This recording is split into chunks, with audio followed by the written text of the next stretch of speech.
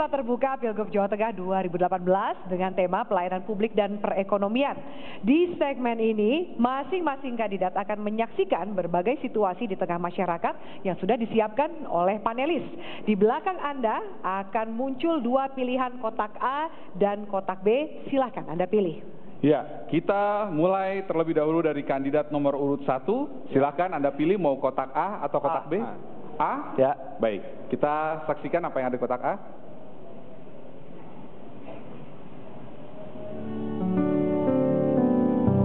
Nami kula Saena. Nggih niki kula Sadean Gadang Jati. Sedinten tok 13 jam 12 teko pasar jam 3 kurang jam. Pengine kula niki digatekke tiyang pemerintah ya tetah manut kula kersane wareg weteng kula. Baik, melihat tayangan tersebut tadi, apa komitmen Anda? Sekali lagi, apa komitmen Anda? Silahkan, Anda punya waktu 2 menit untuk menyampaikannya dimulai saat Anda berbicara. Terima kasih. Yang pertama, kalau tadi saya sampaikan, inklusinya program pemberdayaannya dalam bidang ekonomi di sini. Apa artinya? Yang seperti ini punya akses yang gampang. Maka kalau kita bicara dari sisi apa sih yang dibutuhkan, maka secara demokratis kita akan bertanya, Bu, panjenengan betahe nopo? Kalau tidak, kita bisa dorong mereka pada pilihan-pilihan. Sehingga kalau mereka sudah ada kemauan untuk bisa masuk, kita buatkan kelompok, maka akses modal masuk. Yang ketiga, kemudian kita dampingi. Agar apa? Mereka bisa naik kelas. Saya mau kasih contoh saja. Kalau kemudian kita bicara, berapa kemudian yang bisa dibutuhkan? Rata-rata mereka, 1, Pak, kalau saya sudah punya keterampilan, apakah saya bisa membuat akses modal yang gampang? Bunga 7% yang kita miliki sebagai suku bunga terendah tanpa jaminan, tanpa biaya, ini bisa diakseskan kepada mereka. Saya mau sampaikan kepada pemirsa saja. Kita sudah punya nasabah 16.000. 350 miliar kurang lebih terbagi di semua 35 kabupaten kota daerah. Apa artinya? Seperti Ibu tadi sangat bisa mengakses dan kita bisa mendampingi agar mereka bisa mendapatkan hal yang lebih baik. Saya berterima kasih. Kades, perangkat desa, mereka yang punya perhatian khusus, para bupati, wali kota, mencari seperti Ibu itu. Maka data inilah yang kita butuhkan agar kita bisa melakukan treatment, perlakuan terhadap mereka. Itu yang kemudian coba kita kembangkan, sehingga mereka nantinya tidak bisa lagi hanya bekerja itu terus-menerus tanpa naik kelas. Usaha kita naik kelas inilah yang kemudian secara pengetahuan, akses modal, dan pendampingan akan menyelamatkan. Ya, baik. Silakan kandidat nomor urut 2 untuk menanggapi pernyataan komitmen dari kandidat nomor urut 1. Waktu Anda 1 menit dimulai saat Anda berbicara. Ibu tadi mewakili 2,2 juta masyarakat miskin di Jawa Tengah. Total masyarakat miskin di Jawa Tengah hampir 12,23%. Angka yang sangat besar. Rasanya kita harus jihad melawan kemiskinan. Fardu ain hukumnya pemimpin Jawa Tengah menurunkan kemiskinan dalam waktu yang cepat.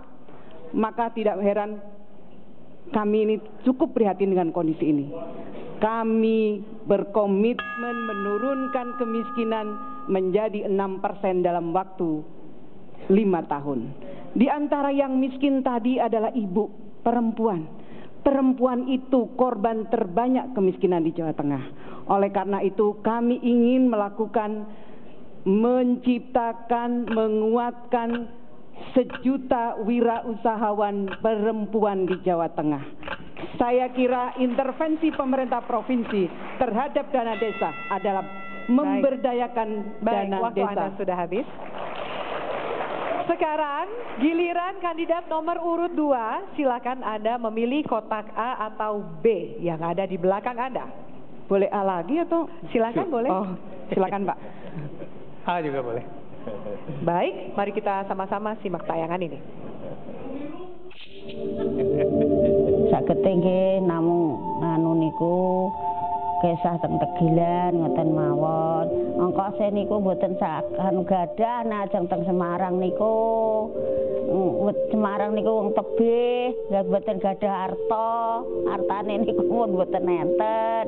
Anu wong artane niku wong pados godhong, pados napa-napa nggih mboten enten.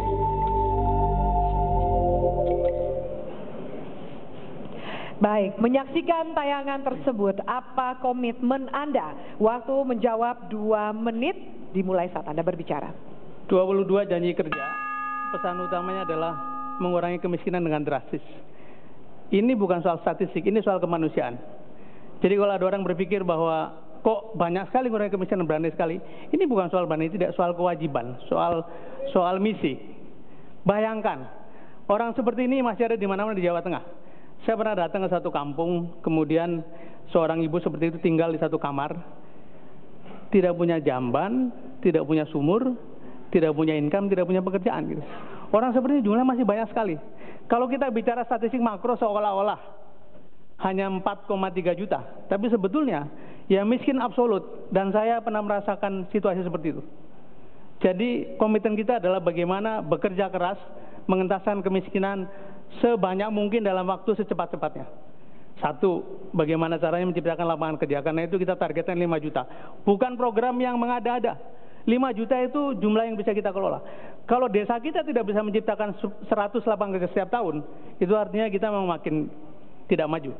Dan karena itu lapangan kerja menjadi penting. Yang penting juga adalah bagaimana merealokasikan anggaran pemerintah. Tidak seluruhnya atau sebagian besar ke infrastruktur yang keras, yang fisik, tapi kemudian kepada pembangunan manusia, termasuk menolong ibu-ibu dan bapak-bapak dan orang-orang desa yang seperti tadi. Dan kita juga masuk ke dalam segmen di mana teman-teman disabilitas harus kita tolong juga. Ini bagian dari pengentasan kemiskinan yang harus terus diperjuangkan, dan dikatakan oleh Mbak Ida tadi, ini bukan soal statistik. 1 orang meninggal itu kemanusiaan, 1 orang sakit itu kemanusiaan. Jangan melihat hanya presentasi dari seluruh warga Jawa Tengah. Pemimpin yang hanya memperhatikan statistik makro, itu pemimpin yang tidak adil dan mengabaikan rasa kemanusiaan. Karena itu kita ingin fokus pada pengentasan kemiskinan tadi. Ya. Baik, silahkan kandidat nomor urut 1 untuk menanggapi pernyataan komitmen dari kandidat nomor urut 2. Waktu Anda 1 menit saat Anda mulai berbicara. Makroekonomi adalah data yang dipakai pegangan untuk perencanaan pembangunan nasional termasuk daerah.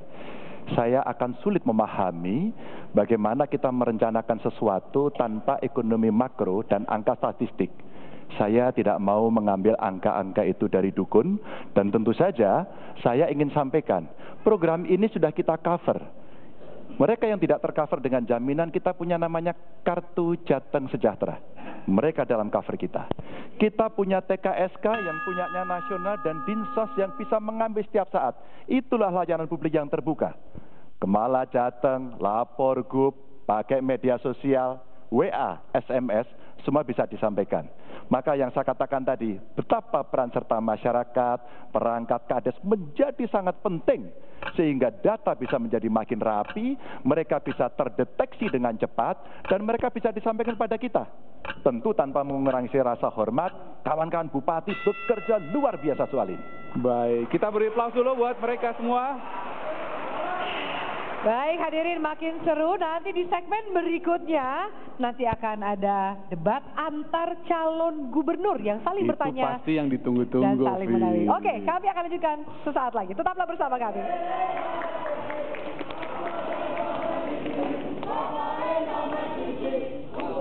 Memilih seorang pemimpin itu seperti cari suami, seperti nyari kos-kosan. seperti apa ya? Repot kan? Nah, pemimpin itu yang mau duduk dengan petani seperti saya, yang ikut memikirkan kami juga penyandang disabilitas, yang peduli terhadap dunia pendidikan. Semoga yang terpilih nanti bersih dari korupsi, bisa menurunkan harga sembako. kebijakan-kebijakan yang dibuat bisa pas dengan pengusaha. Saya mempertaruhkan mandat ini kepada Anda. Harus jalan amanah ya Pak, Bu. Anda, saya akan datang untuk memilih. Saya juga akan datang. Saya juga akan datang. Saya pasti datang.